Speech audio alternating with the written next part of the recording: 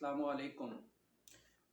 आज मैं आपको जो है अपनी वीडियोस की कंटिन्यूएशन को बताते हुए जो हेयर ट्रांसप्लांट की पहले हमने काजेज़ डिस्कस की, काजेज़ के बाद हमने उसकी इवैल्यूएशन डिस्कस की, इवैल्यूएशन के बाद ट्रीटमेंट ऑप्शन डिस्कस किए। आज मैं आपको बताना चाहूँगा कि जो हेयर ट्रांसप्लांट है, हेयर ट्रांसप्लांट की टेक्निक्स कितनी हैं। बेसिकली आप ये कंसीडर करें तो एटलीस्ट 3 डिफरेंट टेक्निक्स हैं जो हेयर ट्रांसप्लांट के लिए बेसिकली यूज़ की जाती हैं। उसके अंदर एक FUT मेथड है, एक FUE मेथड है और एक DHI मेथड है। FUT मेथड जो है वो पुराना मेथड है। FUT का मतलब ये है कि फोलिकुलर यूनिट ट्रांसप्लांटेशन। इसके अंदर बेसिकली ये होता है कि पीछे जो आपका डोनर एरिया मार्क हुआ होता है, उस डोनर एरिया में हम क्या करते हैं कि एक स्ट्रिप मार्क करते हैं जो 0.8 से 1.2 सेंटीमीटर विड्थ की स्ट्रिप होती है।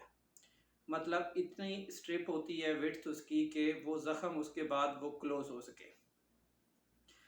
अब ये स्ट्रिप विड्थ इतनी लेते हुए पूरी लेंथ के अंदर हम एक स्ट्रिप ले लेते हैं और उस स्ट्रिप की फिर क्या करते हैं कि जब स्ट्रिप लेके उस ज़ख़म को हम क्लोज कर देते हैं, स्टिच कर देते हैं, फिर उसके बाद इस स्ट्रिप में से एक एक बाल जो है हम सेपरेट करते हैं, एक एक ग्राफ्ट हम सेपरेट करते हैं। एक ये टेक्निक है। दूसरी टेक्निक जो है वो FUE मेथड है। FUE मेथड में ये करते हैं कि जितना भी आपका डोनर एरिया मार्क हुआ होता है, उस डोनर एरिया में आप क्या करते हैं कि उसमें से एवरी 3rd to 5th जो ग्राफ्ट है वो सिंगल सिंगल आप निकालते हैं। यानी कि FUE का मतलब होता है फोलिकुलर यूनिट एक्सट्रैक्शन। मतलब आप एक एक फोलिकल, एक एक ग्राफ्ट जो है वो वहां से निकालते हैं। अब इसमें ये होता है कि कोई आपको बड़ी स्टिचिंग करने की ज़रूरत नहीं पड़ती। जो तीसरा मेथड है DHI वाला, उसको कहते हैं डायरेक्ट हेयर इम्प्लांटेशन। उसके अंदर क्या होता है कि डायरेक्ट हेयर इम्प्लांटेशन के अंदर ये चीज़ होती है कि हमारे पास एक पेन की तरह का स्ट्रक्चर होता है, इंस्ट्रूमेंट होता है, उसके आगे एक्सट्रैक्टर लगा हुआ होता है और फिर उसमें क्या करते हैं कि पीछे जहाँ से हमने लेना होता है उसी से डायरेक्ट उसको लेते हैं और आगे जहाँ पे हमने लगाना होता है वहाँ पे डायरेक्टली उसको लगा देते हैं।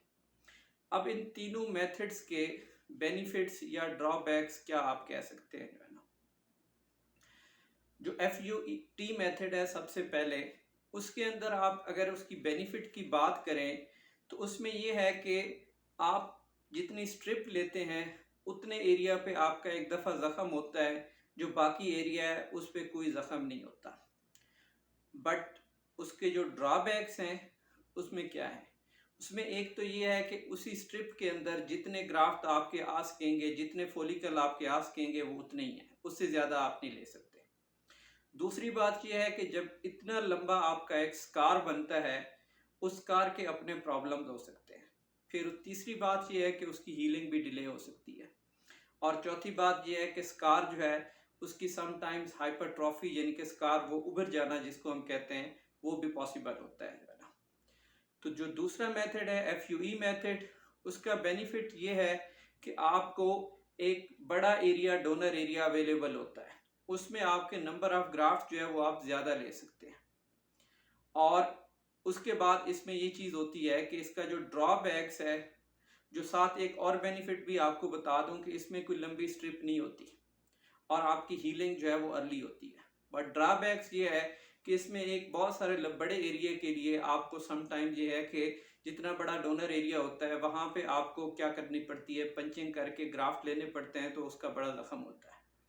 जो तीसरा ऑप्शन है डायरेक्ट हेयर इम्प्लांटेशन, उसका ये है कि ये टेक्निक अभी मतलब रिसेंट आई है, कुछ एरियाज़ में बहुत अच्छी यूज़ हो रही है, कुछ एरियाज़ में अभी कम यूज़ हो रही है। इसका बेनिफिट्स ये है कि आपको जो आगे फ्रंट का रिसिपिएंट एरिया होता है वहाँ पे सेपरेटली सुराख या ओपनिंग नहीं करनी पड़ती, डायरेक्टली आपको जो है वो वहाँ से लेके यहाँ पे लगाना पड़ता है। बट ये technique with the passage of time further establish हो रही है और इंशाल्लाह विद द टाइम जब ये एस्टेब्लिश होगी तो इसके और ज़्यादा बेहतर रिजल्ट्स हो सकते हैं और इसमें फ़ायदा ये हो सकता है कि आप हेयर की मैनिपुलेशन जो है वो कम से कम करते हैं। इंशाल्लाह नेक्स्ट वीडियो के अंदर हम आपको इसकी पोस्ट ऑफ केयर के हवाले से वो हम गाइड करेंगे, क्योंकि पोस्ट ऑफ केयर भी हेयर ट्रांसप्लांटेशन की बड़ी इंपॉर्टेंट है। Thank you so much. अल्लाह हाफिज़।